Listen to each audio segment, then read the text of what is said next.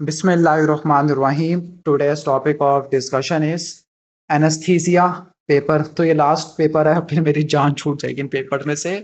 चलो स्टार्ट करते हैं। जो लिग्नोकेन है वो लोकल एनेस्थेटिक होता है, वोल्टेज गेटेड सोडियम चैनल को ब्लॉक कर देता है।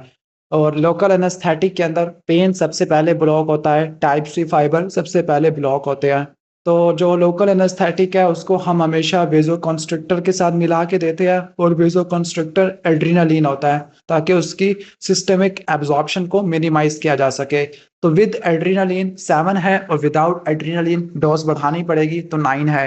नेक्स्ट है लेफ्ट साइडेड स्क्रोटल स्वेलिंग। तो समझ जाना, लेफ्ट साइड पर जो लेफ्ट टेस्टिकुलर वेन है वो लेफ्ट रीनल वेन में जाती है, और जो ये एंगल होता है ये एक्यूट एंगल का होता है। और जो लेफ्ट रीनल वेन है वो इंफीरियर वेना कैवा में जाती है, अब्डोमिनल अयोर्टा और सुपीरियर मेसेंटेरिक आर्टरी के दरमियान से होते हुए। तो वेरिकोसील लेफ्ट साइड पे होती है, डायलेटेशन ऑफ पैनिफॉर्म वेनस प्लेक्सस है, बैक ऑफ वर्म अपीयरेंस है। तो वेरिकोसील लेफ्ट साइड पे देखने को मिलती है। अगला एनेस्थीसिया का पेपर है, तो इसके अंदर दो चीजें तो कम से कम आती होती है। एक तो लोकल एनेस्थेटिक या जनरल एनेस्थेटिक, और दूसरा ASA grading, American society of anaesthesiologist. ये सिर्फ एनेस्थीसिया वाले पढ़े, बाकी और कोई ना पढ़े। टू बी ऑनेस्ट मुझे भी नहीं आती। एक पेशेंट है जिसको एस्थमा है और एमआई हो चुका है, तो वो कौन सी ग्रेडिंग में आएगा? तो मैं आपको सुपरफिशियल बता देता हूँ। जो एएसए जो ग्रेड 1 होता है वो नॉर्मल हेल्थ है, जो 2 वाला माइल्ड सिस्टेमिक डिजीज, 3 वाला सिवियर सिस्टेमिक डिजीज। तो ये सिवियर सिस्टेमिक डिजीज है तो ये टाइप 3 में आता है। जो 4 है वो कांस्टेंट थ्रेट है, 5 का मतलब मोरिबेंट जिसने नहीं बचना, और 6 वाला मर गया है। ये सिर्फ एनेस्थीसिया वाले पढ़े बस। एक पेशेंट ओटी टेबल पे है विद एएसए2। एएसए2 का मतलब है पेशेंट है जिसको माइल्ड सिस्टमिक डिजीज है, like well controlled diabetes, hypertension है, या करंटली वो स्मोकर है। ठीक है, तो ये आता होता है, इसका मतलब है। और पेशेंट का बाई पेक्ट्रल इंडेक्स स्कोर 60 है। टू बी ऑनेस्ट इस चीज का मैं कुछ नहीं कर सकता, बीएसआई, और ये सिर्फ एनेस्थीसिया वाले पढ़ते होते हैं। तो बाई पेक्ट्रल इंडेक्स BSI, BSI अगर 40 से कम है तो डीप एनेस्थीसिया, 40 से 60 है तो एडिक्वेट है, 60 से ऊपर है तो लाइट्स एनेस्थीसिया। और जितना एनेस्थीसिया लाइट से दिया जाएगा उतना वो ओटी टेबल पे उठ जाएगा। तो वंस अगेन ये प्योर एनेस्थीसिया एमसीक्यू है, तो बाकी लोग इसको स्किप मार सकते हो, मेरी मजबूरी है बताना।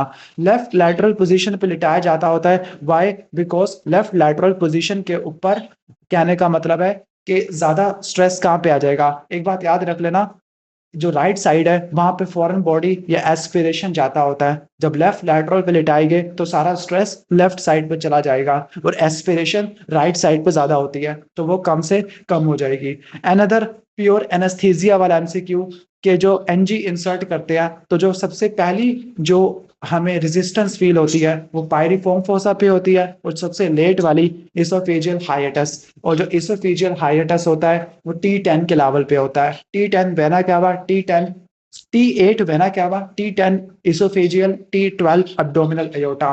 अब जो पल्स सोर्स होता है वो सैचुरेशन को देखता होता है, और इस लॉ को बोलते हैं बियर लैम्बर्ट लॉ। इस लॉ के मुताबिक के जो ऑक्सी हीमोग्लोबिन और डीऑक्सी हीमोग्लोबिन है वो पता नहीं कलर को एब्जॉर्ब करते हैं, फलाना ढमकाना मुझे नहीं पता। बॉयल्स लॉ में प्रेशर और वॉल्यूम का इनवर्स रिलेशनशिप होता है। फिक लॉ बस ये पढ़ लेना कि ये कार्डिक आउटपुट को मॉनिटर करते होते हैं। कार्डिक आउटपुट कौन से लॉ से निकालते हैं? फिक लॉ से निकालते हैं। और लास्ट में जो हेनरी लॉ है, हेनरी लॉ ये बताता है, ये फिजिक्स में मैंने पढ़ा था किसी जमाने के अंदर, कि हेनरी लॉ ये बताता है कि जब टेम्परेचर कांस्टेंट हो तो जो अमाउंट ऑफ गैस होती है वो पार्शियल प्रेशर के डायरेक्टली प्रोपोर्शनल होती है। छोड़ दो भाई इसको, यहाँ तक प्योर एनेस्थीसिया के एमसीक्यू थे, तो बाकी लोग यहाँ तक स्किप कर दो, इससे आगे वीडियो कंटिन्यू करो, इससे आगे आपके लिए वीडियो है। इसके बाद नेक्स्ट एक पेशेंट है जिसको चेस्ट पेन है, नहीं पता क्या हुआ होगा, लेकिन एक्टोपिया लेंटिस है। एक्टोपिया लेंटिस अगर सुपीरो लैटरल हो तो वो मार्फन सिंड्रोम है, फिब्रिलिन जीन की म्यूटेशन देखने को मिलती है। और अगर इसमें चेस्ट पेन क्यों होता है? एयोर्टिक डायसेक्शन की वजह से tearing type of chest pain होता है, जो कि बैक पे रेडिएट करता होता है। जब भी कोई बहुत बड़ा क्वेश्चन आ जाए हमेशा इसकी लास्ट लाइन पढ़ो, which of the following can be the likely organism. इससे ऊपर चलो, ग्राम नेगेटिव रॉड, वो भी यूरियस पॉजिटिव। तो कौन सा ग्राम नेगेटिव रॉड है जो यूरियस पॉजिटिव है और यूटीआई करवाता है? तो आंसर इज प्रोटियस मिराबिलस, जिसकी स्वार्मिंग मोटिलिटी होती है यूरियस पॉजिटिव होता है। Otherwise the most common cause of UTI is the E coli. और याद रखना, जो ग्राम नेगेटिव रॉड होते हैं उसको दो कैटेगरी में डिवाइड करते हैं, लैक्टोज फर्मेंटर और नॉन लैक्टोज फर्मेंटर। जो लैक्टोज फर्मेंटेशन होती है वो मैकोनकीज एगर पे होती है, और यहाँ लैक्टोज फर्मेंटर को दो में डिवाइड किया हुआ है, फास्ट और स्लो। जो फास्ट है उसका निमोनिक नी है, के से क्लैप्सेला, ई एन से एंटीरोबैक्टर, ई से ई कुलाई, स्लो में सिट्रोबैक्टर और सिरेशिया। और जो नहीं करते वो साल्मोनेला, प्रोटीएस, शिगेला है। Important thing is protease gram negative rod है, यूरियस पॉजिटिव है, स्टैगहोर्न कैलकुलाई करवाता है, यूरिन को एल्केलाइन बनाता होता है, ट्रिपल स्टोन्स होते हैं। मेपल सीरम यूरिन डिजीज, इसमें मेपल सीरम या बर्न्ट शुगर लाइक स्मेल होती है, ऑटोसोमल रिसेसिव है, branch chain alpha keto acid dehydrogenase, इस एंजाइम की डेफिशिएंसी होती है, इसको B1 की रिक्वायरमेंट होती है। और इसमें जो ब्रांच चेन अमाइनो एसिड है वेलिन, आइसोल्यूसिन, ल्यूसिन, उनका कैटाबोलिज्म नहीं हो पाता होता। अगले क्वेश्चन पे चलते हैं। पेशेंट है जिसकी सर्जरी हुई है, जिसका HB काफी कम था, अचानक ही जैसे ही ब्लड लगाए उसको एलर्जिक सिम्टम्स आना शुरू हो गया। अगर फौरन ही एलर्जिक रिएक्शन आना शुरू हो जाए तो ये टाइप 1 हाइपर सेंसिटिविटी एनाफाइलैक्सिस है।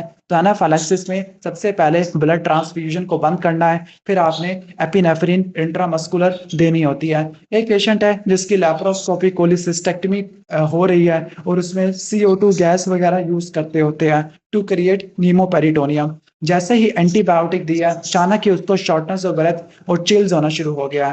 तो ये क्या हो गया, पेशेंट को एंटीबायोटिक से एलर्जी थी, एनाफाइलैक्सिस हो गई है, जिसके लिए एपिनेफ्रिन दे देते होते हैं। अगला क्वेश्चन पे चलते हैं। एक पेशेंट है जिसकी सर्जरी हो रही है और उसका हाइपोटेंशन हो गया है और उसको ईफीड्रिन दी गई है। अब ईफीड्रिन क्या है, सिम्पैथोमिमेटिक्स, ठीक हो गया, कि सिंपैथेटिक नर्वस सिस्टम की एक्टिविटी को बढ़ा देती होती है। जैसे ही उसकी मेडिसिन को रिव्यू किया तो वो एक डिप्रेशन की दवाई यूज कर रहा था।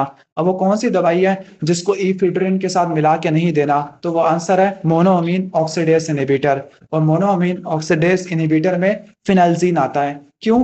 क्योंकि जो मोनोअमीन ऑक्सीडेज एंजाइम है ये एपिनेफ्रिन, नॉरएपिनेफ्रिन को तोड़ता होता है। तो अगर हम मोनोअमीन ऑक्सीडेज इनहिबिटर यूज करेंगे तो एपिनेफ्रिन, नॉरएपिनेफ्रिन नहीं टूटेगा, तो पेशेंट को हाइपरटेंसिव क्राइसिस में चला जाएगा। तो ईफीड्रिन और फिनाइलजीन इसको मिला के नहीं देना। एक पेशेंट है जिसका RTA हुआ है और ब्लड प्रेशर काफी लो है और IV लाइन नहीं लग रही, तो क्या करोगे आप, ultrasound guided CVP line insert करोगे। कहाँ इंसर्ट करते हैं, नेक में, इंटरनल जुगुलर वेन के अंदर, इंटरनल जुगुलर वेन के अंदर। एक पेशेंट है जिसको गैस्ट्रिक अल्सर है, प्रेजेंट विद आर्थराइटिस और बोन पेन। क्लियर? अब देखो, बोन पेन है तो पेन किलर ऐसी देनी है जो गैस्ट्रिक अल्सर वाले में भी दे सके, तो एनसेड नहीं देनी। बेस्ट आंसर इज पैनाडोल या पैरासिटामोल या एस्टामाइनोफेन। अगर वो नहीं है तो COX-2 इनहिबिटर दे देते हैं। अगला है, पेशेंट को मसल वीकनेस है और हाइपोरिफ्लेक्सिया, ये बहुत इंपॉर्टेंट है।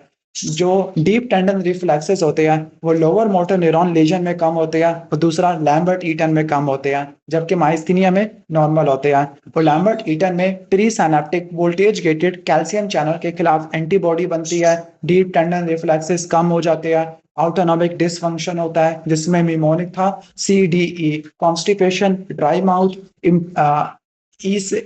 CDE, इरेक्टाइल डिसफंक्शन, और ये स्मॉल सेल लंग कैंसर से एसोसिएटेड होता है। इसके बाद कम्युनिटी एक्वायर्ड निमोनिया, तो उसके लिए ड्रग ऑफ चॉइस कौन सी है, तो कॉम्बिनेशन हम मिला के देते हैं, या तो सेफ्ट्राइक्सोन और क्लैरिथ्रोमाइसिन का, या फिर लीवोफ्लोक्सासिन, ये मिला के यूज करते हैं। जो सिप्रोफ्लोक्सासिन है वो UTI के लिए इस्तेमाल करते हैं, और टेट्रासाइक्लिन हम कहाँ पे यूज करते हैं, टेट्रासाइक्लिन या डॉक्सीसाइक्लिन एक्ने वगैरह के लिए, और डॉक्सीसाइक्लिन क्लेमाइडिया, रिकेट्सिया वगैरह के लिए इस्तेमाल करते होते हैं। एक पेशेंट है जिसका सॉफ्ट पैलेट एलिवेट नहीं हो पा रहा और उसका गैग रिफ्लक्स भी एब्सेंट है। इंपॉर्टेंट थिंग इज, जो गैग रिफ्लक्स का आफरेंट पूछ रहे हैं तो वो 9th है, और जो ईफरेंट है वो वेगस होती है। नेक्स्ट, एक पेशेंट को ट्रॉमा हुआ है, ट्रॉमा हुआ है और ventral border of scapula move नहीं हो पा रहा। वेंट्रल का मतलब आगे, तो जो वेंट्रल बॉर्डर मूव नहीं हो पा रहा तो आगे आगे करवाने वाला लेटिसिमस डोर्साई होता है, ये सिराटस इंटीरियर नहीं है। सिराटस इंटीरियर में पोस्टीरियर बॉर्डर प्रोमिनेंट हो जाता है। जिसको विंगिंग ऑफ स्कैपुला कहते होते हैं। इसके बाद जो इरिवर्सिबल सेल इंजरी है उसमें सेल मेम्ब्रेन डैमेज होता है, लार्ज एमॉर्फस डेंसिटीज देखने को मिलती होती है, तो ये बात रट्टा मार लेना। और रिवर्सिबल के अंदर सेल की स्वेलिंग होती है, एटीपी नहीं होता, सोडियम पोटेशियम एटीपीएस पंप सही से काम नहीं कर पाते होते। और तीन तरह की न्यूक्लियर चेंजेस होती है इरिवर्सिबल सेल इंजरी में। अगर न्यूक्लियस श्रिंक हो जाए और कंडेंसेशन हो जाए और बेजोफिलिया बढ़ जाए, इसको पिग्नोसिस कहते हैं। अगर टुकड़े टुकड़े हो जाए, फ्रेगमेंटेशन, तो कैरियोलिसिस, और डिसॉल्व हो जाए तो कैरियोलाइसिस है। नेक्स्ट है ulcer lateral side of foot पे है और वो अनएबल टू मूव फुट और उसका फुट ड्रॉप हो गया है। बस इंपॉर्टेंट थिंग इज कि जो फुट ड्रॉप होता है वो डीप पेरोनियल नर्व, और डीप पेरोनियल नर्व ऑप्शन में नहीं है तो कॉमन पेरोनियल नर्व पे चले जाना। और कॉमन पेरोनियल नर्व नेक और फिबुला के लेवल पर पड़ी होती है। यूटीआई है तो यूटीआई के लिए सिप्रोफ्लोक्सासिन देते हैं, सेकंड जनरेशन फ्लोरोक्विनिलोन है, डीएनए गायरेस जिसको टोपो आइसोमरेज 2 कहते हैं, और 2 को डीएनए गायरेज कहते हैं, उसको इनहिबिट करती है और ये कार्टिलेज को, टेंडेंस को डैमेज कर देती है बूढ़े पेशेंट में या जो स्टेरॉइड्स ले रहे होते हैं। इसके अलावा लॉन्ग क्यूटी सिंड्रोम, इसके अलावा ये साइटोक्रोम P450 इनहिबिटर भी होती है। मेप्राजोल हाइड्रोजन पोटेशियम एटीपीएस पंप को इनहिबिट करती है और इरिवर्सिबल इनहिबिट करती है, just like aspirin irreversible COX-1 COX-2 inhibitor होती है। अगला पोस्टीरियर ट्रायंगल ऑफ नेक, तो इसमें स्पाइनल एक्सेसरी नर्व होती है और इसकी जो एब्सस होती है वो कहाँ पे जाती है, प्री वर्टिब्रल फेशिया। नाम से लग रहा है वर्टिब्रा के आगे लेकिन फेरिंग्स के पीछे। हार्ट रेट 80 है तो जो ईसीजी है उसमें आर और इंटरवल कितना शो करेगा, 0.75। अब इसको कैसे आपने याद रखना है, तो एक फार्मूला होता था हमारा 300 वाला फार्मूला, ठीक है। 300 मेरे एग्जैक्ट फार्मूला भूल गया कि आप कैसे निकालते थे। एक बात याद रख लेना, जितना हार्ट रेट ज्यादा होगा उतना आर और इंटरवल छोटा हो जाएगा, शॉर्ट हो जाएगा, क्योंकि टैकीकार्डिया देखने को मिल रहा है, तो ये बात याद रख लेना। और जो हार्ट रेट है, अच्छा फार्मूला है heart rate is equal to 60 over R R interval, ठीक है। अगर हार्ट रेट 80 है तो 60 डिवाइडेड बाई 80, तो आंसर कितना आ जाएगा, 0.75। काश ये फार्मूला दिखा सकता होता। इसके बाद हम आगे चलते होते हैं। एक पेशेंट है जिसकी इलियोस्टमी हुई है और उसको मैल अब्जॉर्प्शन होना शुरू हो गया है, तो जो टर्मिनल आइलियम है उसमें B12 और बाइल साल्ट्स, उनकी एब्जॉर्प्शन देखने को मिलती होती है। एक पेशेंट की गैस्ट्रेक्टमी हुई है, गैस्ट्रेक्टमी में फेराइटल सेल निकाल दिया है बॉडी और फंडस ने, तो एसिड और इंट्रिंसिक फैक्टर प्रोड्यूस नहीं हो पाएगा और B12 की मैल अब्जॉर्प्शन देखने को मिलती होती है। अगला है कि जो कैंसर अगर left upper side of stomach पे हो तो उसका लिम्फ जाता होता है पेनक्रियाटिको सप्लिनिक लिम्फ नोड में, और यही सेंटिनल लिम्फ नोड होते हैं। सेंटिनल लिम्फ नोड ऐसे लिम्फ नोड जो सबसे पहले कैंसर को क्या करते हैं, रिसीव करते होते हैं। 36 वीक प्रेग्नेंट पेशेंट है जिसको लेबर है और फीटल ब्रेडिकार्डिया है, ठीक है। लेबर पेन्स और फीटल ब्रेडिकार्डिया, तो जो फीटल ब्रेडिकार्डिया वो क्या शो करता है, फीटल हाइपोक्सिया को, और फीटल हाइपोक्सिया फीटल अनीमिया की वजह से हो सकता है, और fetal anaemia haemolytic disease of newborn की वजह से हो सकता है। एक पेशेंट है जिसको गन शॉट इंजरी हुई है, तो ये टिरोइन के लेवल पे फ्रैक्चर है, तो anterior division of middle meningeal artery ये डैमेज हो जाती है, एक्स्ट्रा ड्यूरल या एपिड्यूरल हीमाटोमा हो जाता है, by convex lens shape opacity, और ये फ्यूचर को क्रॉस नहीं करती, जो क्रॉस करती है वो सब ड्यूरल हीमाटोमा, S4 सब ड्यूरल, S4 फ्यूचर को क्रॉस कर देना। इसके बाद कि जब किसी पेशेंट का रेस आईसीपी होता है तो उसको कम करने के लिए हम हेड को क्या कर देते हैं, एलिवेट कर देते हैं 30 डिग्री तक, क्लियर। तो दूसरा, प्रोफाइलेक्टिक के लिए मैनिटोल नहीं देते, जब आईसीपी रेस्ट हो जाता है तब मैनिटोल देते होते हैं, ठीक हो गया। और तीसरा क्या कराएंगे, CO2 वेजोडाइलेशन करता है तो हम हाइपर वेंटिलेट करवाएंगे ताकि CO2 निकल जाए और वेजोडाइलेशन ना हो, तो ये बात रट्टा मार लेना। एक पेशेंट है जिसका राइट होमोनिमस हेमिनोपिया है, राइट होमोनिमस एमिनोपिया मतलब लेफ्ट साइड का कोई ट्रैक डैमेज हुआ होगा, पॉजिटिव बमिंस्की साइन और हाइपर रिफ्लेक्सिया, तो ये upper motor neuron type of legion है, तो ये सारे upper motor neuron type of legion internal capsule उसी में कोर्टिकोस्पाइनल ट्रैक जाता है। सुपीरियर कोलिकुलस विजन से रिलेटेड, इंफीरियर कोलिकुलस हेयरिंग से रिलेटेड, ऑप्टिक नर्व अगर उड़ गई तो पूरा ब्लाइंड हो जाएगी आंख। इसके बाद एक पेशेंट है जिसको जीरोस्टोमिया हो गया, जीरोस्टोमिया ड्राई माउथ, क्यों हो रहा ड्राई माउथ, क्योंकि सलाइवा प्रोड्यूस नहीं हो पा रहा। और स्पीच डिफिकल्टी है। तो सलाइवा प्रोड्यूस होता है सुपीरियर सलाइवेटरी न्यूक्लियस से। जब सलाइवा प्रोड्यूस नहीं हो पाएगा तो मुंह में थूक नहीं होगा, जिससे लुब्रिकेशन नहीं होगी, बोल नहीं पाएगा, तो जिससे बोल बोल के आपका हलक खुशक हो जाता होता है। अगला पेशेंट का एक्सीडेंट हो गया है और एक ऐसा एनेस्थीसिया देना है जो डिसोसिएटिव एनेस्थीसिया प्रोवाइड करे। डिसोसिएटिव एनेस्थीसिया सिंपैथोमिमेटिक ठीक हो गया, और एनएमडीए ग्लूटामेट रिसेप्टर ब्लॉक करना, ये तीनों पॉइंट्स कीटामीन के लिए होते हैं। तो कीटामीन डिसोसिएटिव एनेस्थीसिया प्रोवाइड करता है। नंबर 2 आ जाएगा सिंपैथोमिमेटिक होता है। Number 3 blood pressure heart rate को बढ़ा देता है। नंबर 4 एनएमडीए ग्लूटामेट रिसेप्टर को ब्लॉक कर देता है। अगर माइटोकॉन्ड्रिया नहीं है तो एंड प्रोडक्ट ऑफ ग्लाइकोलाइसिस या एनारोबिक ग्लाइकोलाइसिस से 2 molecule of lactic acid produce होते हैं। इसमें कितने लिखे हुए हैं? एक मालिक, अच्छा लैक्टिक एसिड। और अगर एरोबिक होती तो 2 molecule of pyruvic acid produce होते हैं। रेडियस का फ्रैक्चर है और एक्सिलरी और ब्रेकियल प्लेक्सस ब्लॉक लगाना है। तो कौन सी नर्व जो इससे सपेयर हो जाती होती है? तो आई थिंक सो मस्कुलर क्यूटेनियस नर्व। इसकी रीजन क्या होती है? बाकी ऑप्शन वगैरह पढ़ लेते होते हैं। ठीक है, जो median nerve, ulnar nerve, radial nerve है, ये डिस्टल मसल्स को सप्लाई करती है, लेकिन मस्कुलर क्यूटेनियस ये सिर्फ आर्म के मसल को सप्लाई करती है, तो ये बच जाएगी। बाकी जो नर्व्स है उनकी पैरालिसिस देखने को मिलती है, नर्व्स की पैरालिसिस थोड़ी होती है। इसके बाद एक न्यूनेट है जिसको मस्टी ऑर्डर है, मस्टी या माउजी ऑर्डर है, स्किन फेयर है क्योंकि मेलानिन नहीं है। मेलानिन क्यों नहीं है? क्योंकि टायरोसिन नहीं है। और टायरोसिन क्यों नहीं है? क्योंकि फिनाइलएलानिन हाइड्रोक्सिलेज एंजाइम नहीं है। डिजीज इज फिनाइलकीटोनुरिया और इसमें फेरिक क्लोराइड टेस्ट पॉजिटिव होता है। एक बच्चे की डेथ हो गई है और किडनी के अंदर मल्टीपल सिस्ट है। तो बच्चों के अंदर मल्टीपल सिस्ट का होना autosomal recessive polycystic kidney disease, adult के अंदर ऑटोसोमल डोमिनेंट, बच्चों में ऑटोसोमल रिसेसिव। ठीक है, एक पेशेंट है जिसकी डिलेड प्यूबर्टी है, टेस्टिस का साइज छोटा है लेकिन बाकी सब चीजें बढ़ गई, लाइक गायनेकोमास्टिया हो गया, टांगे बड़ी बड़ी है, हाइट बड़ी बड़ी है। तो ये क्लाइन फिल्टर होता है 47XXY मियोटिक नॉन डिस्टंक्शन की वजह से होता है। P53 को गार्डियन ऑफ जीनोम और रेटिनोब्लास्टोमा को गवर्नर ऑफ प्रोलिफरेशन कहते हैं। ये कब एक्टिवेट होता है? जब डीएनए डैमेज होता है, और ये क्या करवाता है? सेल साइकिल को रोक देता है G1S फेज के थ्रू। पायरुवेट कार्बोक्सिलेज, तो कार्बोक्सिलेशन रिएक्शन के लिए बायोटिन चाहिए, थायमीन डिहाइड्रोजिनेज एंजाइम के लिए, राइबोफ्लेविन सक्सिनेट डिहाइड्रोजिनेज के लिए, pyridoxine ये चाहिए होता है ट्रांसअमाइनेशन रिएक्शन के लिए।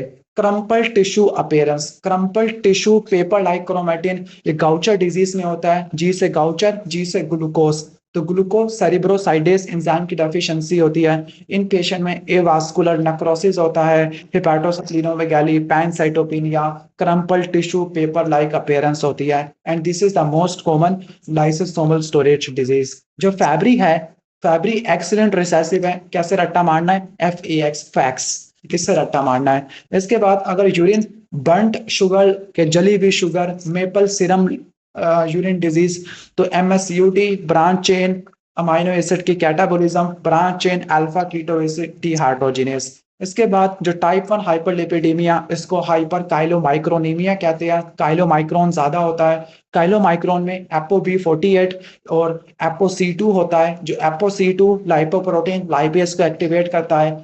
तो अगर लाइपोप्रोटीन लाइपेज ना हो या ApoC2 ना हो तो काइलोमाइक्रोन का जो टैग है वो नहीं टूटेगा।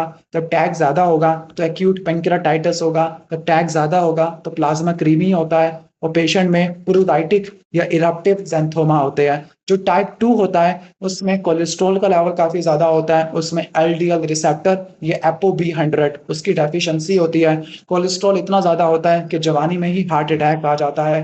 वो, और ये ऑटोसोमल रिसेसिव है, और नहीं ऑटोसोमल डोमिनेंट है, सॉरी। और पेशेंट में टेंडन ज़ैंथोमा होते हैं, जबकि पाल्मर ज़ैंथोमा टाइप 3 वाली में देखने को मिलते हैं।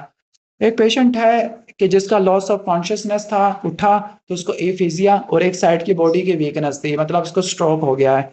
2 महीने के बाद उसके सिस्टिक कैविटी, तो जो ब्रेन है, ब्रेन का जो इंफाक्शन होता है उसमें लीकोफेक्टिव नेक्रोसिस होती है, और लीकोफेक्टिव नेक्रोसिस बैक्टीरियल एब्सेस में भी देखने को मिलती होती है। डायबिटीज पेशेंट है, ओरल एंटी डायबिटिक मेडिकेशन दिया है।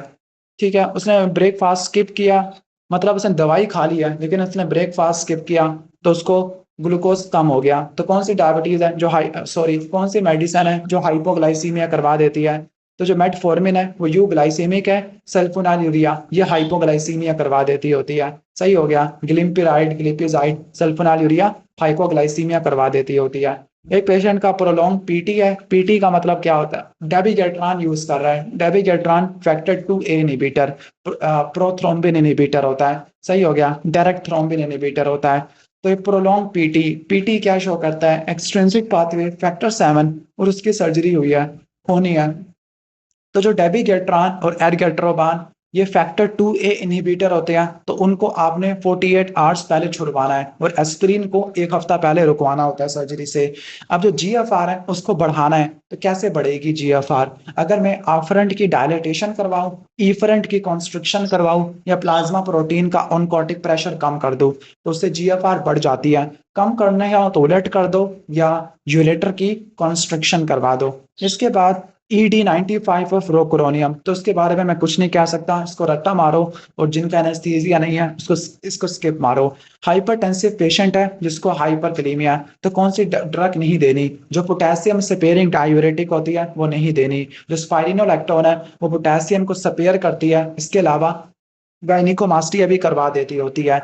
लोकल एनेस्थेटिक में ब्यूपीवाकेन, लिग्नोकेन आता है, तो ये वोल्टेज गेटेड सोडियम चैनल को ब्लॉक कर देते होते हैं। रिस्ट्रिक्टिव लंग डिजीज, इसके अंदर FEV1/FVC रेशो नॉर्मल या बढ़ जाती है, लेकिन इसमें लंग्स की एक्सपांशन नहीं हो पाती। जब लंग्स की एक्सपांशन नहीं हो पाएगी तो लंग कैपेसिटी क्या हो जाएगी, कम हो जाएगी।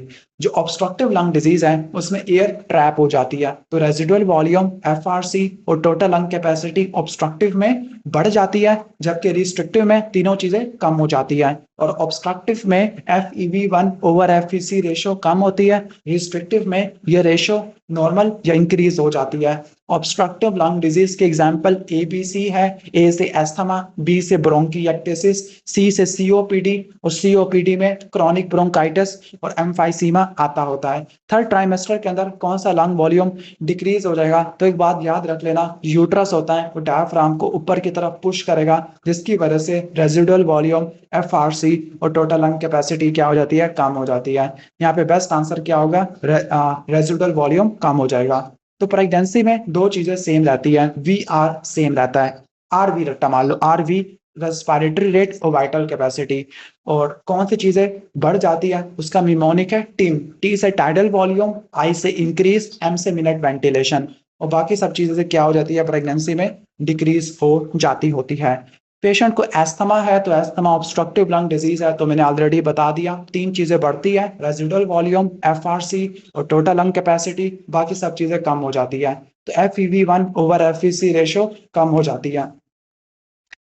You are working in DHQ, नहीं भाई मैं DHQ में काम नहीं करना चाहता, तो वहां पे कुछ सेंट्रल गैसेस अवेलेबल नहीं है, सिलेंडर अवेलेबल नहीं है। तो वंस अगेन ये प्योर एनेस्थीसिया वाला MCQ है, तो सिर्फ एनेस्थीसिया वाले भाईजान आप इसको अच्छे से पढ़ लेना, मैं अच्छे से एक्सप्लेन नहीं कर सकता क्योंकि ये मेरी डोमेन नहीं है। एक पेशेंट जिसको एक्यूट चेस्ट इंजरी है और नीमोथोरैक्स हो गया, नीमोथोरैक्स में एयर प्लूरल कैविटी में आ जाती है और इसके लिए थोरैकोस्टमी करते हैं। अच्छा वही है कि जो वॉल्यूम है और प्रेशर है उसका इन्वर्सली रिलेशनशिप बताया हुआ है कि जब प्रेशर कम होता है तो वॉल्यूम बढ़ जाता है, इसको बॉयल्स लॉ कहते हैं। चार्ल्स लॉ में volume is directly proportional to temperature. Henry's law में जो अमाउंट ऑफ गैस डिसॉल्व होती है वो पार्शियल प्रेशर के बराबर होती है। डाल्टन्स लॉ में पता नहीं कोई जो छोटी छोटी गैसेस के पार्शियल प्रेशर मिला दे तो कोई बड़ा पार्शियल प्रेशर बनता है। डाल्टन्स लॉ केमिस्ट्री में पढ़ा था कोई 10 साल पहले, ईमान से बता रहा हूँ, अब मुझे बिल्कुल भी याद नहीं है। एडहीजन के लिए क्या चाहिए, इंटीग्रेंस चाहिए, और इंटीग्रेंस की एग्जांपल आई कैम और पी कैम, वैसे आई कैम और बी कैम होते हैं। अब यहाँ पे इंटीग्रिन भी है, पहले आपने आई कैम को प्रेफर करना है, अगर वो ना हो तब इंटीग्रिंस को प्रेफर करना है। जो मार्जिनेशन और रोलिंग होती है वो सिलेक्टिन करवाता है, एडहीजन इंटीग्रिंस करवाते हैं, ट्रांसमाइग्रेशन या डायापिडिसिस वो होता है CD31 या PCAM1, कीमोटैक्सिस C5A, इंटरल्यूकिन 8 और ल्यूकोट्राइन B4, और जो ऑप्शनाइजेशन C3B, IgG और लास्ट में फेगोसाइटोसिस, ये सारी चीजें देखने को मिलती हैं। एक पेशेंट है जिसको वेजिकुलर रैश है पाम एंड सोल के ऊपर, तो अगर पाम एंड सोल के ऊपर रैश है तो तीन डिफरेंशियल आते हैं, निमोनिकिस, कार्स, CARS, C से कोक्सैकी A, R से रॉकी माउंटेन स्पॉटेड फीवर और S से क्या बनेगा, सेकेंडरी सिफिलिस। तो ये कॉक्सैकी ए वायरस है, और ये कॉक्सैकी वायरस कैसा है, नेकिड है लेकिन आरएनए वायरस है। क्लियर। जो बेंजोडाइजेपिन है उसका एंटीडोट फ्लूमाजेनिल है, नालक्सोन ओपियाइड का है, कार्बामेजापिन, और बाकी ये तो कार्बामेजापिन तो एंटी कन्वल्सेंट है, साइटोक्रोम P450 इंड्यूसर है। Complement fixation best answer is IgM, अगर वो ऑप्शन में ना हो तो IgG3, क्योंकि IgM पेंटामर होती है, सबसे ज्यादा अच्छी ये होती है।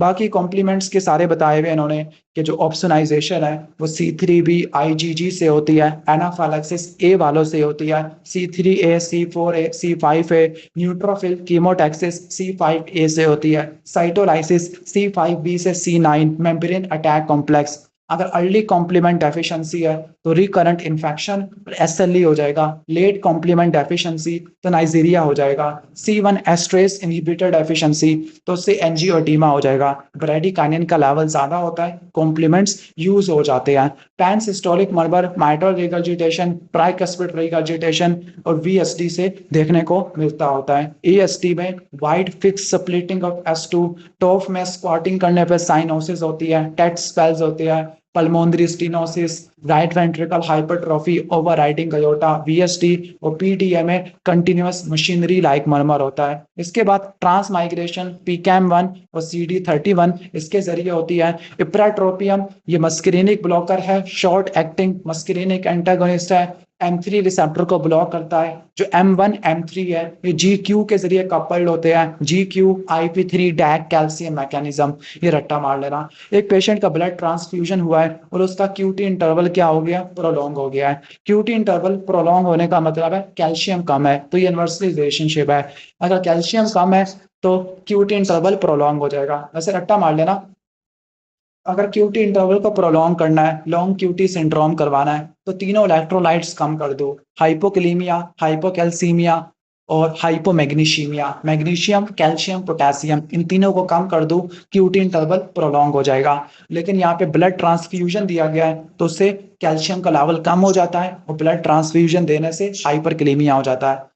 ठीक है।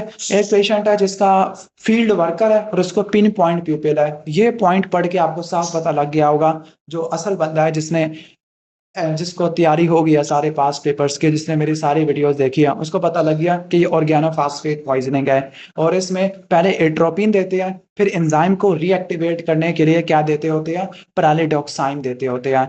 आगे है स्पाइनल एनेस्थीसिया में पेशेंट को लेग, जब एनेस्थीसिया दे रहे थे तो लेग में पेन होना शुरू हो गया, जैसे ही नीडल इंसर्ट किया है तो आपने नीडल को लैटरली इंसर्ट करना है। क्या हुआ होगा, उसने थोड़ा सा मीडियल चला गया होगा, नर्व रूट को कंप्रेस ना कर दिया हो, माइट बी। एक पेशेंट है जिसका ब्लीडिंग प्रॉब्लम है, PT इंक्रीज लेकिन APTT normal, PT INR increase, that means factor 7 का मसला है। और फैक्टर 7 और PT INR ये extrinsic pathway warfarin, APTT intrinsic pathway heparin. तो अगर सिर्फ APTT रेज्ड हो तो haemophilia A factor 8, haemophilia B Christmas disease 9, haemophilia C factor 11। अगर APTT और ब्लीडिंग टाइम दोनों रेज्ड हो, सुपरफिशियल ब्लीडिंग हो, म्यूकोकुटेनियस ब्लीडिंग हो तो बॉन विलिबरन डिजीज है। अगर तीनों रेज्ड हो like bleeding time, PT, APTT तो DIC है। अगर ब्लीडिंग टाइम रेज्ड है तो ITP हो सकता है, या प्लेटलेट के फंक्शनल डिजीज हो सकते हैं लाइक GP1B से बर्नार्ड सोलियर, और 2B3 है इससे ग्लैंसमैन थ्रोम्बस्थेनिया। हेपरिन की मॉनिटरिंग के लिए APTT इंट्रिंसिक पाथवे, वारफरिन के लिए INR, फिर PT एक्सट्रिंसिक पाथवे, तो रट्टा मार लेना। विटामिन के गामा कार्बोक्सिलेशन ऑफ 2 के साथ 9-10 ये करवाता होता है, तो ये विटामिन के क्लॉटिंग फैक्टर रट्टा मार लेना, 2 के साथ 9-10 विटामिन के वाले। और एक पेशेंट है जिसको TPA की टॉक्सिसिटी हो गया है, जो TPA की टॉक्सिसिटी हो जाए जिसमें स्ट्रेप्टोकाइनेस अल्टेप्लेस आता है, तो क्या दोगे आप, क्रायोप्रेसिपिटेट दे देते हैं जिसमें फैक्टर 8 और क्लॉटिंग फैक्टर्स वगैरह होते हैं। TPA करता क्या है, टिश्यू क्लास विनोजन एक्टिवेटर, ये क्या करता है, फिब्रिन क्लॉट को तोड़ देता है, तो एंटी फिब्रिनोलिटिक देते होते हैं। इसके अलावा अगर एंटीडोट पूछा जाए तो अमाइनो कैप्रोइक एसिड और ट्रांसएमिक एसिड ये भी यूज करते होते हैं, लेकिन ये तो ऑप्शन में दिया नहीं है। प्रेग्नेंट लेडी जिसको DVT 8 वीक पे है, तो प्रेगनेंसी में अगर एंटी कोआगुलेंट यूज करनी है तो सिर्फ हेपरिन यूज करनी है, वारफरिन आपने इस्तेमाल नहीं करनी होती। और हेपरिन या तो IV रूट से दे सकते हैं या सबकुटेनियस रूट से दे सकते हैं। एक पेशेंट है जिसको एसाइटिस है और पल्मोनरी एडिमा है, उसका कोई मेडिकेशन देनी है, ठीक हो गया। एक बात याद रख लेना, सिरोसिस है, सिरोसिस में एल्ब्यूमिन प्लाज्मा प्रोटीन कम होती है और ड्रग्स की डोज को आपको क्या करना पड़ेगा, एडजस्ट करना पड़ेगा, क्योंकि प्लाज्मा प्रोटीन तो है नहीं जिसको बाइंड करती होती है। अगला है ओबीस पेशेंट है जिसको हाइपरटेंशन है और फैटी लीवर है, तो क्या लाइफस्टाइल मॉडिफिकेशन दोगे, कहोगे फैट कम से कम ले, साल्ट कम से कम ले, शुगर कम से कम ले, सैचुरेटेड फैट कम से कम ले। इंट्रा ऑपरेटिव ब्लड प्रेशर अगर ज्यादा है तो सबसे पहले नाइट्रोग्लिसरीन यूज करते हैं ओटी टेबल के ऊपर। नाइट्रोग्लिसरीन नाइट्रेट्स है, वेन्स को डायलेट करती है। अगर इससे ना ठीक हो तो हाइड्रोलजीन, और हाइड्रोलजीन डायरेक्ट आर्टीरियल वेजोडाइलेटर होता है। एक पेशेंट एरिथमिया के लिए मेडिसिन ले रहा होगा तो समझ जाना वो एमिड्रियोन ले रहा होगा जिससे वेट गेन, कोल्ड इंटॉलरेंस। तो एमिड्रियोन से क्या हो गया है, हाइपोथायरॉयडिज्म। तो एमिड्रियोन टाइप 3 एंटी रिदमिक होती है। Long QT syndrome, pulmonary fibrosis, photosensitivity, ये सब चीजें करवा देती होती है। एक पेशेंट का इरेगुलर एट्रियल रिदम है, लेकिन एट्रिया और वेंट्रिकल इनका आपस में कोई एसोसिएशन नहीं है। Atrio ventricular dissociation third degree heart block में देखने को मिलती है। तो ये सारे हार्ट ब्लॉक देख लेना। फर्स्ट डिग्री के अंदर सिर्फ पीआर इंटरवल प्रोलॉन्ग होता है। सेकंड डिग्री का जो मूविट्स टाइप 1 है उसमें पीआर इंटरवल प्रोग्रेसिवली बढ़ता है, यहाँ तक कि एक बीट मिस हो जाती है। जो मूविट्स टाइप 2 है उसके अंदर क्या होता है कि पीआर इंटरवल कांस्टेंट होता है और बीट मिस हो जाती है। और जो थर्ड डिग्री है उसके अंदर कोई रिलेशनशिप नहीं होता। काउंसल वेन बॉडी एपोप्टोसिस में बनती होती है और ये येलो फीवर या एक्यूट वायरल हेपेटाइटिस में बनती होती है। एक पेशेंट है जिसको मलिग्नेंट नियोप्लाज्म है। ओके, इंपॉर्टेंट थिंग इज उसका माइटोटिक रेट काफी ज्यादा है। तो माइटोटिक रेट और डिग्री ऑफ डिफरेंशिएशन ये ग्रेडिंग बताता होता है। जो ग्रेडिंग है वो डिग्री ऑफ डिफरेंशिएशन और माइटोसिस पे डिपेंड करती है, स्टेजिंग ट्यूमर के एक्सटेंट के ऊपर डिपेंड करती है। एक पेशेंट को एक्जिला की इंजरी है, पता लगा शोल्डर की एबडक्शन नहीं हो पा रही और लैटरल अपर साइड पर सेंसरी लॉस हो चुका है, तो एक्सिलरी नर्व होती है C566 और ये डैमेज होती है जब सर्जिकल नेक ऑफ ह्यूमरस का फ्रैक्चर हो या शोल्डर की एंटीरियर डिसलोकेशन हो। मलिग्नेंट हाइपरथर्मिया सक्सिनालकोलिन या हेलोथेन से होता है और इसका ट्रीटमेंट क्या होता है, डेंड्रोलिन। मलिग्नेंट हाइपरथर्मिया ऑटोसोमल डोमिनेंट है, राइनोडिन रिसेप्टर की म्यूटेशन देखने को मिलती है। एक एंटी साइकोटिक एक पेशेंट एंटी साइकोटिक यूज कर रहा है, खासतौर पर टिपिकल वाली, उसको एबनॉर्मल इनवॉलेंटरी मूवमेंट आना शुरू हो गई है, इसको एक्स्ट्रा पिरामिडल सिम्टम कहते हैं। जो एंटी साइकोटिक्स होती है ना उनके जो एक्स्ट्रा पिरामिडल सिम्टम्स होते हैं उसका निमोनिक है एडेप्ट। ए से एक्यूट डिस्टोनिया जिसमें मसल अकड़ जाते हैं, ए से एकैथीजिया, पी से पार्किंसनिज्म और टी से टार्डिव डिस्काइनेजिया। ठीक हो गया। तो इस पेशेंट को क्या हो गया, एबनॉर्मल इनवॉलेंटरी मूवमेंट हो गया है जिसको एक्यूट डिस्टोनिया कहते हैं। तो उसके लिए आपने एंटीकोलिनर्जिक दवाई ऐड कर देनी होती है। सिस्टोलिक ब्लड प्रेशर 150 है और जो डिफरेंस है वो 50 का है जिसको पल्स प्रेशर कहते हैं। यानी डायस्टोलिक ब्लड प्रेशर 100 होगा, ऊपर वाला 150, नीचे वाला 100, दरमियान में 50। मतलब पल्स प्रेशर वाइडेंड है। क्लियर। तो क्या क्वेश्चन पूछा हुआ इन्होंने, पल्स प्रेशर वाइडेंड है तो वायोटिक रीगर्जिटेशन में होता है। जो best describe the measure of central tendency, तो जो बेस्ट होती है वो कौन सी होती है, वो मीडियन होती है। बेस्ट कौन सी होती है, जो मिडल मोस्ट वैल्यू होती है वो मीडियन होती है। असल में ये सवाल ऐसे होगा कि अगर कोई डाटा है और उसके अंदर कोई एक्सट्रीम वैल्यू ऐड कर दिया है तब भी जो best measure of central tendency है वो मीडियन आ जाएगा। हालांकि 3 होती है, मीन मीडियन मोड। क्लियर। तो एक पेशेंट है जिसको sudden onset of shortness of breath है, साइनोसिस है और वो बोल नहीं पा रहा। समझ जाना कि उसने क्या खा लिया होगा, फॉरेन बॉडी खा ली होगी। कि छोटे बच्चे जब खेल रहे होते हैं खिलौने के साथ तो वो खा लेते हैं, अचानक कि उसका सांस बंद हो गया, वो साइनोसिस हो गया, चौकिंग हो गया और ये फॉरेन बॉडी राइट ब्रोंको से होती हुई राइट लोअर लोब में जाएगी। अगर वो सुपाइन है तो सुपीरियर सेगमेंट, अगर वो अपराइट है तो पोस्टीरियर बेसल सेगमेंट। जो pyruvate dehydrogenase, transketolase, alpha keto glutarate dehydrogenase, branch chain alpha keto acid dehydrogenase, इन सबको B1 चाहिए होता है। अगर डायस्टोलिक अरेस्ट करवाना है तो कैल्शियम को क्या कर दूं, कम कर दूं या पोटेशियम को बढ़ा दूं, क्योंकि कैल्शियम कॉन्ट्रैक्शन करवाता है और पोटेशियम रिलैक्स करता है। तो डायस्टोलिक कार्डिक अरेस्ट उसके लिए या तो अब देखो यहाँ हाइपोकैल्सीमिया भी है और हाइपरकैलेमिया भी है, तो किसको प्रेफर करोगे? I think so potassium is more important than calcium in case of relaxation या कॉन्ट्रैक्शन में कैल्शियम ज्यादा इंपॉर्टेंट आता है। ईडी 95 ऑफ रुकोनियम तो मैं कुछ नहीं कर सकता। ईडी 95 ये शो करता है कि जो डोज होती है कितनी डोज 95% रिसेप्टर को ब्लॉक कर सकती है। रुकोनियम है क्या? Non depolarising neuromuscular junction blocker, जबकि सक्सिनाइल कोलिन डीपोलराइजिंग है और उसको तोड़ने वाला सूडोकोलिनेस्ट्रेज एंजाइम होता है। जो रैट्स होता है, चूहे होते हैं, वो प्लाग वगैरह ताउन वगैरह करवा देते हैं और ये फ्लीस में से पस्सू के जरिए ट्रैवल करते होते हैं। इनका वेक्टर पस्सू है। और जो ताउन होता है यर्सीनिया पेस्टिस से होता है। इसमें लिम्फेडिनोपैथी देखने को मिलती होती है। 55-year-old पेशेंट जिसको जनरलाइज लिम्फेडिनोपैथी है और प्लेटलेट और टीएलसी का काउंट भी ज्यादा है और बूढ़ा पेशेंट है और लिम्फोसाइट भी एलिवेटेड है, मेच्योर लिम्फोसाइट है। तो मेच्योर लिम्फोसाइट और समझ सेल का आना तो ये CLL में देखने को मिलता होता है। बी सेल्स का ट्यूमर है तो ये रट्टा मार लेना। CKD वाला पेशेंट है, उसको नेफ्रोस्टमी इंसर्ट करने के बाद ब्लीडिंग आ रही है, तो क्या दोगे आप? क्लॉटिंग फैक्टर्स दोगे in the form of fresh frozen plasma. Cryoprecipitate TPA के लिए यूज करते हैं। नेफ्रोटिक सिंड्रोम में क्या चेंजेस होता है? नेफ्रोटिक सिंड्रोम में जो पोडोसाइट के फूड प्रोसेस है उसकी इफेसमेंट होती है, खासतौर पर फोकल सेगमेंटल ग्लोमेरुलोस्क्लेरोसिस और मिनिमल चेंज डिजीज में। डेबी गेट्रान को 48 आवर्स का हमने रट्टा मारा था, लेकिन यहाँ 48 आवर्स नहीं है तो 75 आवर्स रट्टा मार लेते हैं। और जो एस्पिरिन है उसको आपने 7 डेज, एक हफ्ता पहले छुड़वा देना होता है। Aspirin, clopidogrel, एंटीप्लेटिलेट।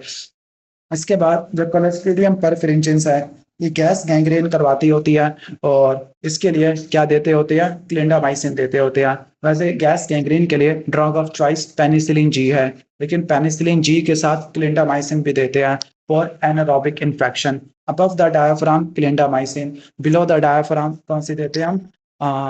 Below the diaphragm metronidazole देते होते हैं। तो एक पेशेंट है जिसको अनीमिया है, ओके, ग्लोसाइटिस है। इंपॉर्टेंट थिंग इज पैरास्थीजिया जो कि पेरिफेरल न्यूरोपैथी है और पेराइटल सेल के खिलाफ एंटीबॉडी बन गई है। पर्नीशियस एनीमिया है, इंट्रिंसिक फैक्टर के खिलाफ एंटीबॉडी बन गई है, तो विटामिन B12 की मैल अब्जॉर्प्शन देखने को मिलती होती है। तो इस केस में इंट्रिंसिक फैक्टर आपने देना है पेशेंट को, सही हो गया, क्योंकि इंट्रिंसिक फैक्टर की कमी है उससे B12 की डेफिशिएंसी हुई है, ना कि B12 की डेफिशिएंसी से इंट्रिंसिक फैक्टर कम हुआ है। एक न्यू नेट नर्सरी से आया है, उसको वेजिकुलर रैश है और पता लगा कि जो लीजन्स है वो डिफरेंट स्टेजेस पे है। और इम्पोर्टेंट थिंग इज के dew drop on rose petal, कि जो रोज का पेटल है उसके ऊपर ड्यू ड्रॉप्स है। तो ये किस में देखने को मिलता है? ये आपको चिकन पॉक्स या वेरिसिला जोस्टर वायरस इसमें देखने को मिलता है।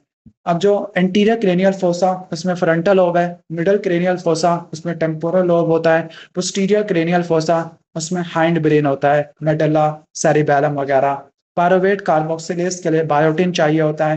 कैरोटिड एंडार्टरेक्टमी कर रहे थे तो पता लगा, और आपने बी second by second BP monitoring करनी है, तो उसके लिए इन्वेजिव आर्टीरियल लाइन के आर्टरी के अंदर आप पंक्चर करते हैं, उसमें ब्लड प्रेशर देखते होते हैं। जबकि ऑसिलोमेट्रिक BP मेजरमेंट, ऑसिलोमेट्रिक ऑसिलेशन होती है, ऊपर नीचे होता है, तो वो सिस्टोलिक ब्लड प्रेशर वो असल में ऑसिलेट कर रहा होता है, ऊपर वाला ब्लड प्रेशर। ठीक है, एक बंदा कोल्ड बाथ में बैठा हुआ है, अचानक ही उसको चेस्ट पेन हो गया, तो मतलब एक्सर्शन से या कोल्ड वेदर से चेस्ट पेन हो गया, तो ये स्टेबल एंजाइना है। तो स्टेबल एंजाइना में अगर पेन को रिलीव करना है तो नाइट्रेट्स शॉर्ट रन के लिए, और लॉन्ग टर्म के लिए बीटा ब्लॉकर और calcium channel blocker. Nutmeg liver chronic passive congestion की वजह से होता है, राइट साइडेड हार्ट फेलियर की वजह से देखने को मिलता होता है। ओके, एक बंदा हॉट डे में काम कर रहा है, मुझे लग पता गया, मेरे कपड़े सारे भीग गए पसीने से, तो मुझे पता लग गया ये मेरी बात कर रहे हैं। तो मसल पेन है और हाइपरटेंशन, यानी जो मीन आर्टियल प्रेशर है वो काफी ज्यादा है। क्लियर? तो जो हाइपरटेंशन क्यों होती है? Due to increase peripheral resistance. होता क्या है? डिहाइड्रेशन होती है, पानी लॉस हो जाता है, तो बैरो रिसेप्टर की फायरिंग रेट कम हो जाता है, वो सिंपैथेटिक स्टिमुलेशन करवाते हैं, ब्लड प्रेशर को बढ़ा देते होते हैं। तो अगला जो मसल पेन होता है, मसल में क्यों होता है? ड्यू टू इंक्रीज इंट्रासेलुलर, ये क्या लिख दिया इंट्रासेलुलर, असल में मसल पेन पता क्यों होता है, मसल टूटता है, उसके अंदर से पोटेशियम रिलीज हो जाता होता है। अगला एक फीमेल है, एक्ने के लिए विटामिन ए ले रही है, तो vitamin A neural tube defect और क्रेनियोफेशियल डिफेक्ट करवा देता है, सीएनएस को टारगेट करेगा। बिग टो की जो डोर्सिफ्लेक्शन है, एक बात रट्टा मार लेना, जो बिग टो की डोर्सिफ्लेक्शन है उसके लिए L4 है, जो प्लांटर फ्लेक्शन है उसके लिए L5 है, और जो एक्यूलीज टेंडन वाला वो S1 है। सही हो गया, तो ये रट्टा मार लेना। हाँ, कहीं मैंने उल्टा तो नहीं बता दिया? नहीं, जो L5 है वो dorsi flexion, S1 planter flexion, और S1 से ही आपका आ जाएगा एक्लीज टेंडन वाला। तो L5 डोर्सी फ्लेक्शन, S1 आ जाएगा प्लांटर फ्लेक्शन और एक्लीज टेंडन के लिए। एक पेशेंट की open reduction and internal fixation होनी है और सेफनोसीरल नर्व ब्लॉक करना है, सेफनस और सीरल नर्व वाला, तो उसके साथ ग्रेट सेफनस वेन वगैरह पड़ी होती है और सेफनस नर्व पड़ी होती है, तो ये ब्लॉक हो जाती होती है। अगला पेशेंट है जिसका छोटा हेड है, फ्लैट फेस है, अपवर्ड स्लांटिंग आईज, एपिकेंथल फोल्ड, तो ये डाउन सिंड्रोम में देखने को मिलते हैं। एडवर्ड 18, प्रिंस एडवर्ड और पैटियो में 13, सारे पी देखने को मिलते होते हैं। और डाउन सिंड्रोम में over expression of genes, chromosome number 21 इसकी एक्स्ट्रा कॉपी होती है, meiotic non disjunction, Robertsonian translocation या मोज़ेकिज्म की वजह से देखने को मिलता होता है। फीमेल पेशेंट का शॉर्ट स्ट्रेचर है, प्राइमरी एमेनोरिया, तो ये टर्नर सिंड्रोम है। टर्नर सिंड्रोम में कोई बार बॉडी नहीं आती, लेकिन इस पेशेंट को बार बॉडी आ रही है, इसका मतलब है इसको टर्नर मोज़ेकिज्म है। मोज़ेकिज्म का मतलब है कुछ सेल बिल्कुल ठीक होते हैं, कुछ सेल बिल्कुल एबनॉर्मल होते हैं। जो सेल नॉर्मल हो गए उसमें बार बॉडी मिलेगी, जो सेल एबनॉर्मल होते हैं उसमें बार बॉडी नहीं मिलती होती। अगला है, पेशेंट को सीवियर हेडेक है और हाइपरटेंशन है, ब्लड प्रेशर ज्यादा है और पोटेशियम कम है। समझ जाना अल्डोस्टेरोन का लेवल ज्यादा होगा, क्योंकि वो सोडियम और वाटर की रीअब्सॉर्प्शन करता है, पोटेशियम को एलिमिनेट करता है। तो ये हाइपर एल्डोस्टेरोनिज्म, जिसको कॉन सिंड्रोम कहते हैं। During diathermy the return electrode, इसको छोड़ दो भाई, ये आपके किसी काम के नहीं आने वाला। डायथर्मी में जो रिटर्न इलेक्ट्रोड होता है वो मसल्स पे, फ्लैशी पार्ट ऑफ मसल पे लगाया जाता है। अब जो इंट्रिंसिक मसल्स ऑफ लैरिंग्स होते हैं, वो कौन सा मसल ऑफ लैरिंग्स है? जो ग्रेटर हॉर्न ऑफ हाइयोइड पॉइंट पे पड़ा होता है, तो वो यही क्रिकोथायरॉइड होता है और ये वोकल कॉर्ड को टेंस करता होता है। इसको एक्सटर्नल लैरिंजियल नर्व सप्लाई करती है। जो सबक्लेवियन वेन है उसके आगे सबक्लेवियस मसल है और जो पीछे है वो आर्टरी पड़ी होती है, और आर्टरी को डिवाइड करने वाला सिक्लेनस एंटीरियर मसल देखने को मिलता है। टाल टेंटिटी वेव हाइपरक्लीमिया में देखने को मिलती है। नॉर्मली पोटेशियम 3.5 से लेकर 5 तक होता है, तो आपने पोटेशियम बढ़ाना है तो 6 कर दो, तभी हाइपरक्लीमिया आ जाएगा। Pressure at 10 centimetre of water bye positive and expiratory pressure, तो अगर आप हाई प्रेशर से ऑक्सीजन दोगे तो उससे क्या होगा, जो एपिकल ब्लैब्स है लंग्स के वो डैमेज हो जाएंगे, स्पॉन्टेनियस न्यूमोथोरैक्स हो जाएगा। दैट इज वाई आपने ये ARDS में ज्यादा आपने मैनेज नहीं करना होता, कि आपने ज्यादा प्रेशर से मैनेज नहीं करना होता। Hypothermia in a trauma patient, ठीक है, तो अगर ट्रॉमा वाला पेशेंट है, ब्लड प्रेशर सॉरी टेम्परेचर कम हो गया है, तो जो हीट होता है उससे प्लेटलेट का और एंजाइम का फंक्शन बढ़ जाता है। जब टेम्परेचर कम है तो प्लेटलेट और एंजाइम का एक्टिविटी दोनों कम हो जाती है। अब HIV वाला पेशेंट है, अगर जो फ्लोर है उसको क्लीन करना है, तो 1% हाइपोक्लोराइट, और जो इंस्ट्रूमेंट्स होते हैं तो खास तौर पर एंडोस्कोप होते हैं, उसके लिए 2% ग्लूटाराल्डिहाइड यूज करते होते हैं। तो फ्लोर को क्लीन करने के लिए 1% हाइपोक्लोराइड ये यूज करते होते हैं। एक पेशेंट है जिसको GA दिया है, SVT है, तो सबसे पहले वेगल मैनूवर करते हैं, फिर उसके बाद हम क्या करते हैं, एडिनोसिन देते हैं। But important thing is patient का जो ब्लड प्रेशर है 100/60 कम तो हो गया है। अगर पेशेंट हीमोडायनेमिकली अनस्टेबल है तो DC कार्डियोवर्जन, जैसे ये पेशेंट है, अगर स्टेबल होता तो पहले वेगल मैनूवर और फिर एडिनोसिन की तरफ जाते। यूरिन की ओस्मोलैलिटी काफी ज्यादा है, इसका मतलब क्या है कि यूरिन में पानी नहीं आ पा रहा, पानी सारा का सारा रीअब्सॉर्ब हो रहा है, तो समझ जाना सिंड्रोम ऑफ इनएप्रोप्रिएट ADH है। प्लाज्मा की ओस्मोलैलिटी कम हो गई है और सोडियम भी कम हो गया है, सोडियम 135 से 145 होता है। तो जब सिंड्रोम ऑफ इनएप्रोप्रिएट ADH होगा तो ADH ज्यादा होगा, कोलेक्टिंग डक्ट्स भी काम करेगा, वाटर की रीअब्जॉर्प्शन करवाएगा, तो सोडियम डाइल्यूट हो जाएगी, प्लाज्मा की ऑस्मोलैरिटी कम हो जाती है, यूरिन की ऑस्मोलैरिटी बढ़ जाती होती है, यूरिन कंसंट्रेट प्रोड्यूस होता है। एक 15 ईयर ओल्ड गर्ल जिसको प्रोजेक्टाइल वॉमिटिंग है, तो वॉमिटिंग में एसिड लूज करते हैं। वॉमिटिंग में क्या है, HCl एसिड, H+ निकल गया तो मेटाबॉलिक एल्किलोसिस, क्लोराइड निकल गया तो हाइपोक्लोरेमिक मेटाबॉलिक एल्किलोसिस। एक पेशेंट की ऑर्किडेक्टमी करनी है, तो ऑर्किडेक्टमी और जो अम्बलाइकस, इन दोनों का डर्माटोम दोनों सेम होता है, वो क्या होता है, वो T10 होता है। व्हाट इज ऑर्किडेक्टमी, के टेस्टिस वगैरह को निकाल देना, ठीक हो गया। इसके बाद आगे है patient can't be palpable for spinal site, तो फिर स्पाइनल एनेस्थीसिया के लिए कौन सी इमेजिंग यूज करते हैं, fluoroscopy. Fluoroscopy is continuous X ray. Once again ये प्योर एनेस्थीसिया के MCQ है, तो आप इसको छोड़ सकते हो, ठीक है। नेक्स्ट, ए पेशेंट को हाइपोटेंशन है ड्यूरिंग GA, तो सबसे पहले क्या देते होते हैं, नाइट्रोग्लिसरीन देते हैं। अब पेशेंट मैकेनिकल वेंटिलेशन के ऊपर भी है, तो सबसे पहले आप क्या दोगे, फ्लूइड बोलस दोगे और इफिल्ट्रेन दोगे, नॉर्फिन वगैरह दोगे ब्लड प्रेशर के लिए। एक पेशेंट साइकेट्री से अपना ट्रीटमेंट करवा रहा है, लेकिन वो अपनी मेडिकेशन छुड़वाना चाह रहा है, तो ये पेशेंट का अपना राइट होता है कि वो ट्रीटमेंट को कंटिन्यू करे या ना करे, कंसेंट देना, ये सारा ऑटोनॉमी के अंदर होता है। अब जो अगला पॉइंट है वो आई थिंक सो नॉन मैलिफिसेंस के अंदर आता है, कि एक बच्चे को रेस्पिरेटरी ट्रैक इन्फेक्शन हो गया है, मदर एंटीबायोटिक डिमांड कर रही है, बट पीडियाट्रिशियन कहता है कि मैं नहीं देना चाह रहा, क्योंकि एंटीबायोटिक अननेसेसरी है और नुकसान पहुंचा सकती है, तो एंटीबायोटिक ना देना नॉन मैलिफिसेंस के अंदर आता होता है, I think so, as compare to beneficence. तो जो एथिक्स है उसके 4 पिलर होते हैं, ऑटोनॉमी जिसको पेशेंट के खुद मुख्तारी कहते हैं, बेनिफिशंस पेशेंट के लिए, पेशेंट के हक के लिए काम करना, नॉन मैलिफिसेंस नुकसान न पहुंचाना, जस्टिस इक्वल बिहेवियर। इसके बाद मोटर फंक्शन के लिए आपका सेरिबेलम और सेरिब्रम आएगा। फाइन मूवमेंट्स करवानी है तो सेरिब्रम, और इनका कंट्रोल करना है तो सेरिबेलम। सेरिब्रम में पिरामिडल सेल है और सेरिबेलम में परकिंजी सेल है, जो इनहिबिटरी सेल होते हैं, आउटपुट होते हैं।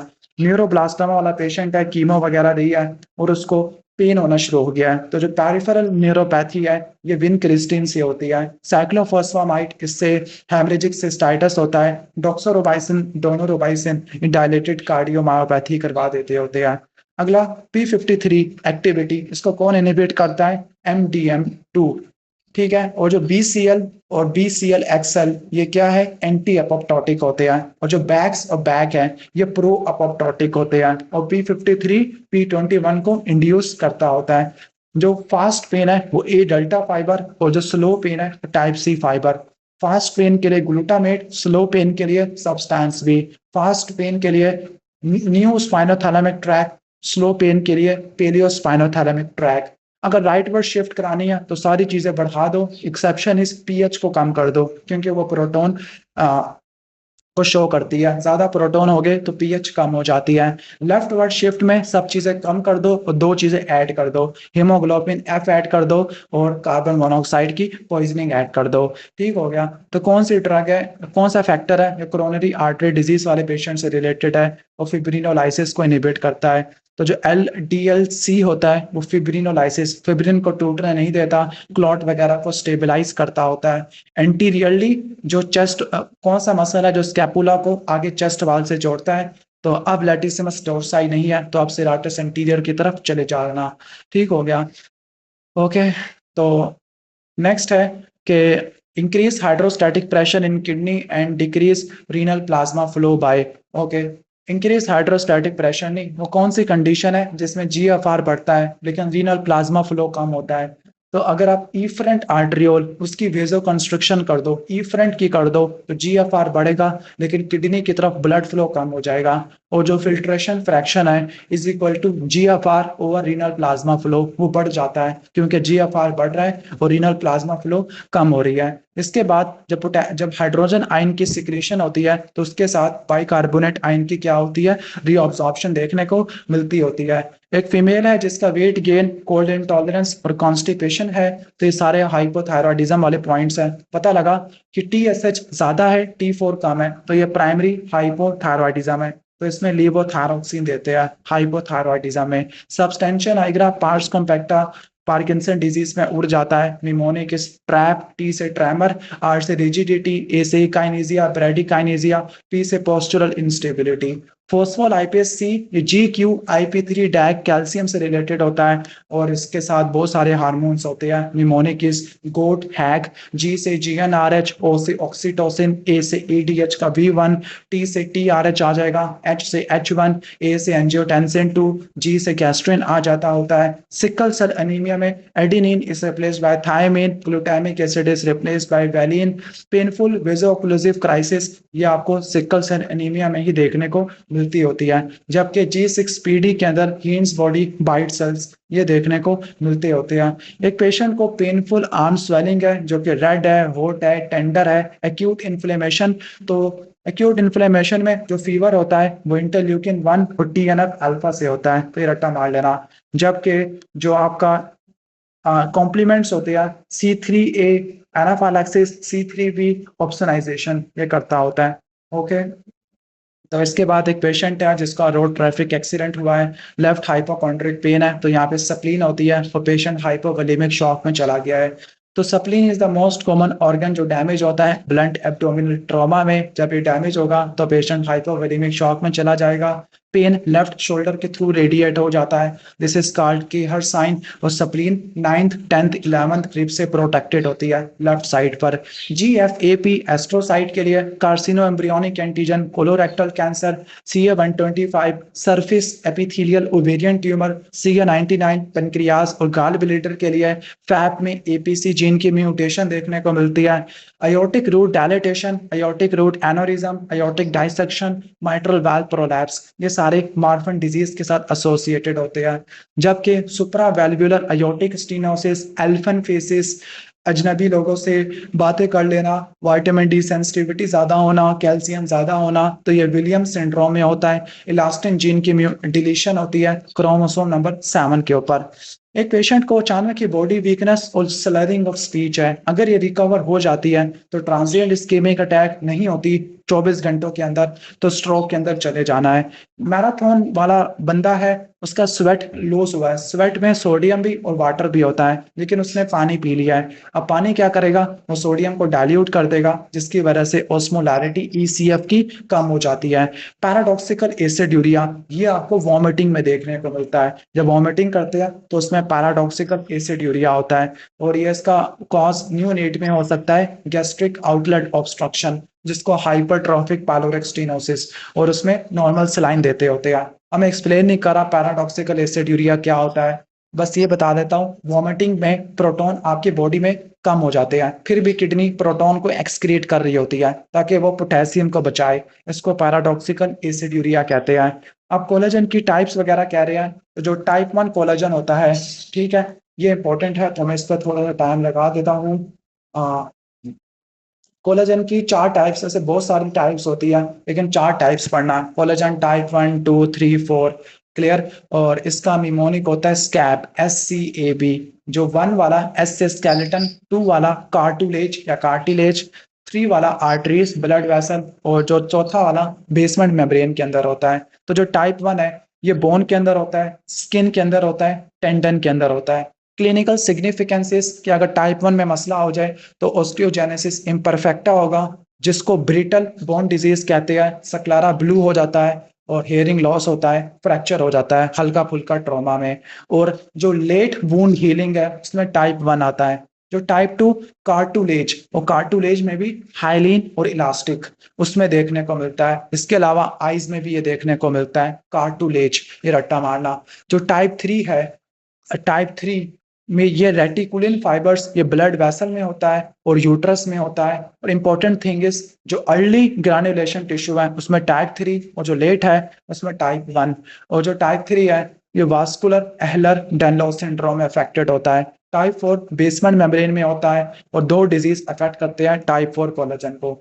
वो एक एल्पोर्ट सिंड्रोम होता है, एक्स लिंक्ड डोमिनेंट, जिसमें सेंसरी न्यूरल हेयरिंग लॉस, हिमाचुरिया और एंटीरियर लेंटिकुलस होता है। दूसरा गुड पास्चर, जिसमें हिमोप्टोसिस और हिमाचुरिया ये देखने को मिलता होता है। अर्ली ग्रैन्युलेशन टिश्यू में type 3 collagen, it is replaced by type 1 collagen. ठीक हो गया। और एक और बात रट्टा मारना, vitamin C is required as a cofactor for hydroxylation of proline और लाइसिन। अगर विटामिन सी नहीं होगा स्कर्वी हो जाएगा, गम्स की ब्लीडिंग होती है, पुअर वुंड हीलिंग देखने को मिलता होता है। अगला, लोडिंग डोज निकालनी है तो जो टारगेट कंसेंट्रेशन है उसका वॉल्यूम ऑफ डिस्ट्रीब्यूशन को मल्टीप्लाई करना और वजन से मल्टीप्लाई कर देना। मलिग्नेंट हाइपोथर्मिया किससे नहीं होगा, ठीक हो गया, तो वो प्रोपोफोल इनसे नहीं होगा। और मतलब प्रोपोफोल, कीटामीन और इटोमिडेट इनसे नहीं होगा। सक्सिनाइल कोलिन, हैलोथेन, फ्लोरेन, आइसोफ्लोरेन इन सब से होता है। और ड्रग ऑफ चॉइस वो मैलिग्नेंट हाइपरथर्मिया डेंड्रोलिन होती है।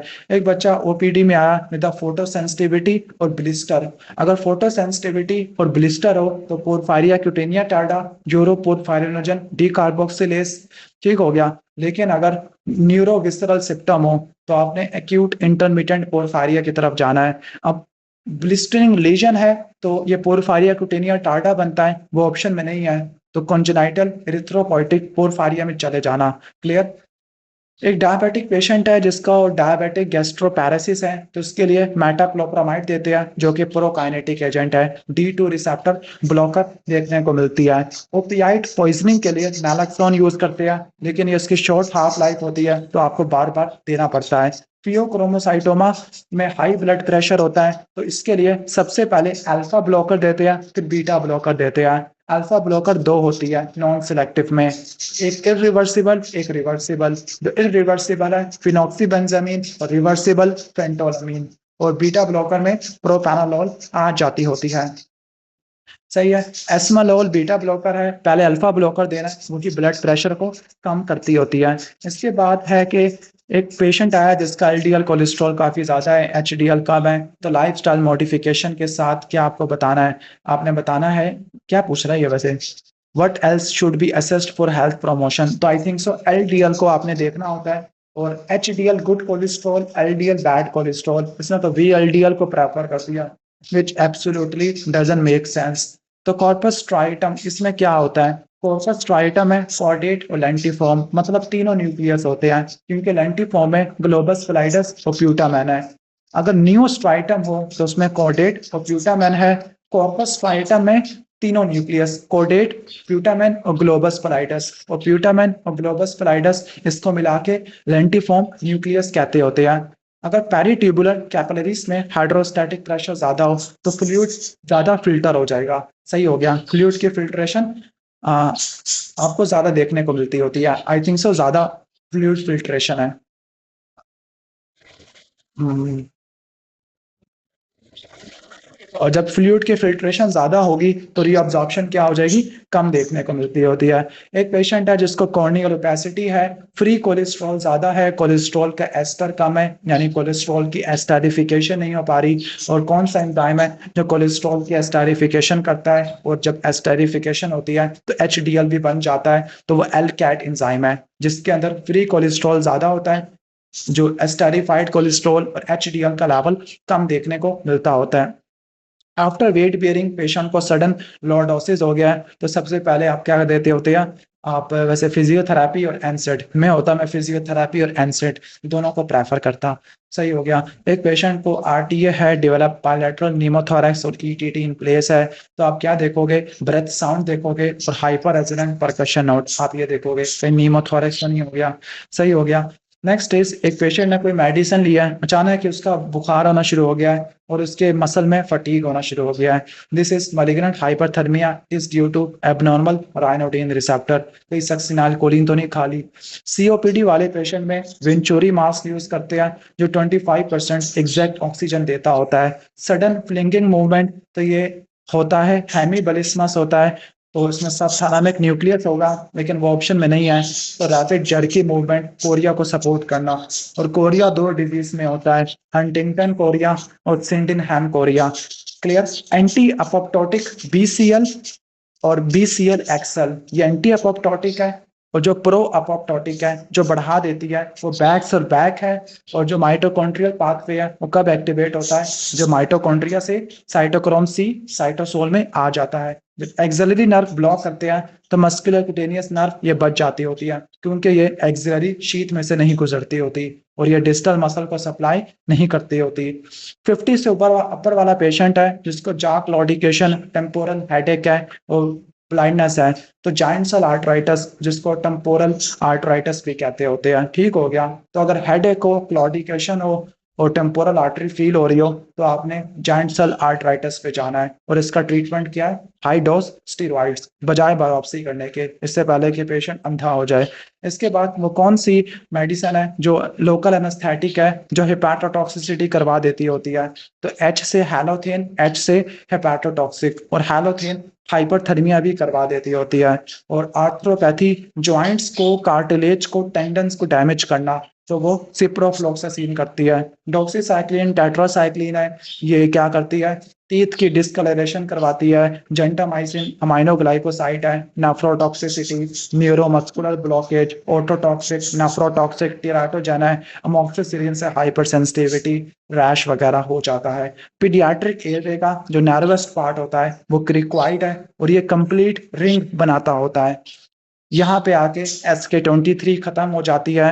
तो जिसने लास्ट तक ये वीडियो देखी है तो वो कमेंट्स में लिख दे क्रिक्वाइड कार्टिलेज। मैंने थोड़ा जल्दी जल्दी बोला है क्योंकि मेरी बस हो गई है SK23 से। और आई think so this should be the last SK series from my side. Best wishes. हम 3-3 घंटे की वीडियो बना के अपने गले का बेड़ा गर्क करवा लिया है। मिलते हैं फिर अगर टाइम मिला।